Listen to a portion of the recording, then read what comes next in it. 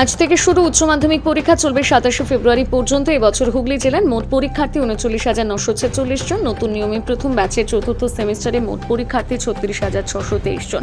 পরীক্ষার্থীদের মধ্যে ছাত্র 15,429 জন, ছাত্রী 21,194 জন। ছাত্রদের তুলনায় ছাত্রী বেশি 5,765 জন। মোট পরীক্ষা কেন্দ্র 112টি। প্রতি কেন্দ্র সিসি ক্যামেরার নজরদারি, মোবাইল ফোন, ইলেকট্রনিক সরঞ্জাম নিয়ে প্রবেশ নিষেধ।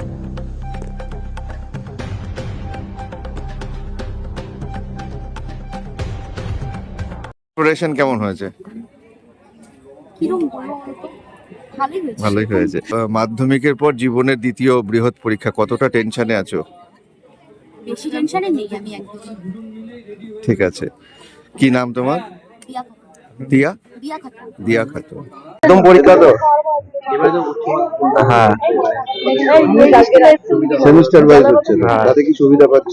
সুবিধা বলতে আগে যেরকম একবারে মানে পুরো 80 নম্বরের পরীক্ষা দিতে হতো, এবারে ভাগ ভাগ করে হচ্ছে, একটু সুবিধা আছে। প্রথমে শর্ট কোশ্চেন দিয়ে তারপরে বড় কোশ্চেন দেবো, তাছাড়া আর কোনো সুবিধা নেই। তুমি টেনশন কতটা? টেনশন তো আছে, পরীক্ষা এইচএস বলে কথা, তার একটা টেনশন তো আছে। পড়াশোনা সকালবেলা আজকে 5টার সময় ওটা বই পড়া শুরু করেছি, কালকে অনেক রাত অব্দি পড়েছি। জিতু মিস্ত্রি। সেমিস্টার ওয়াইজ এই ক্যামেরা দিয়ে সেমিস্টার ওয়াইজ তো পরীক্ষা শুরু হয়েছে, কতটা সুবিধা পাচ্ছে ছাত্রছাত্রী? সেমিস্টার ওয়াইজ হওয়ার ফলে স্টুডেন্টদের তুলনামূলক অনেকটাই প্রেসার কমেছে আমার ব্যক্তিগতভাবে মনে হচ্ছে। কারণ ওরা সুযোগ পাচ্ছে, প্রথমবার হয়তো কোনো কারণে একটু খারাপ হলো, দ্বিতীয়বার ওরা আবার সেটা প্রস্তুতিটা নিয়ে গ্যাপটা ওরা পূরণ করার সেই সুযোগটা ওদের কিন্তু থেকে যাচ্ছে। আপনারা যখন দিয়েছেন তখন তো অনেক নম্বরের পরীক্ষা দিতেন, হ্যাঁ তুলনায় পরীক্ষার মানও অনেক সহজ হয়েছে। হ্যাঁ এখন তো তবে পড়াশোনা আপনার একইভাবে করতে হবে, কারণ আমার মনে হয় সেমিস্টার হয়েছে মানে যে খুব ইজি হয়ে গেছে তা কিন্তু না। কারণ শর্ট কোশ্চেন গুলো প্রতিটা চ্যাপ্টার থেকেই আপনার শর্ট কোশ্চেন, যে কেউ কোনো স্টুডেন্ট যদি ডিটেলসে না পড়া করে মানে প্রস্তুতি না নেয় তাহলে তার পক্ষে কিন্তু অ্যাটেন্ড করা মুশকিল। আমার মেয়ে কেমন প্রিপেয়ার মনে হচ্ছে? মোটামুটি নিয়েছে, এখন দেখা যাক কত কি করতে। আর প্রথমত ওদের তো বাংলার প্রতি, ওরা তো ইংলিশ মিডিয়ামের স্টুডেন্ট, একটু ভীতি আছে, দেখা যাক। মা হিসেবে কতটা চিন্তিত? মা হিসেবে টেনশন তো একটু থেকেই যায়।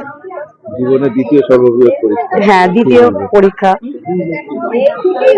দেখা যাক কি কতটুকু করতে পারে। কি নাম আপনার?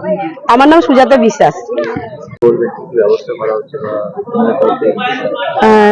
এবারে এবছরে মানে সেমিস্টার পরীক্ষা, আপনারা সবাই জানেন যে আমাদের একটা সেমিস্টার সিস্টেম শুরু হয়েছে। সেই পরীক্ষা অনুযায়ী এটা 4th সেমের পরীক্ষা, মানে 11-এ দুটো পরীক্ষা হচ্ছে এবং 12-এ দুটো পরীক্ষা। এটা হলো ফাইনাল পরীক্ষা।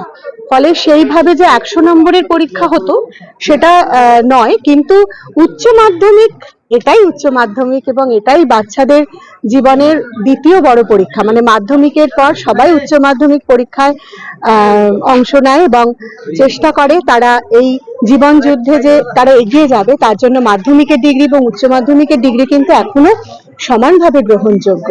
তাই একজন শিক্ষিকা হিসেবে আমি অবশ্যই চাইবো যে এবছর যারা যারা উচ্চ মাধ্যমিক পরীক্ষায় বসেছে, যারা অংশ নিচ্ছে, তারা সবাই উত্তীর্ণ হবে এবং সসম্মানে পরবর্তী ধাপে তারা এগিয়ে যাবে। বাবা মায়ের শুভেচ্ছা তো রয়েছে, সঙ্গে আমরাও সর্বদা শিক্ষক শিক্ষিকারা তাদের আশীর্বাদ করি, তারা জীবন যুদ্ধে জয়ী হোক।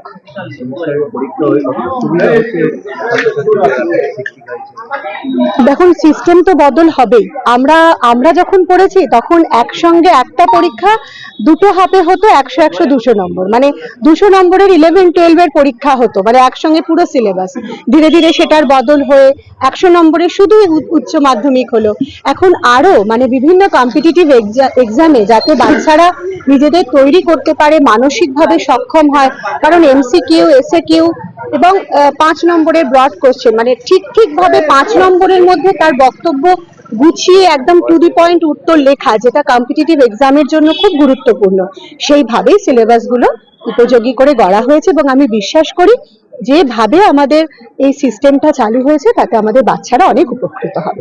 পাশের হার বাড়বে বলে? অবশ্যই পাশের হার বাড়বে।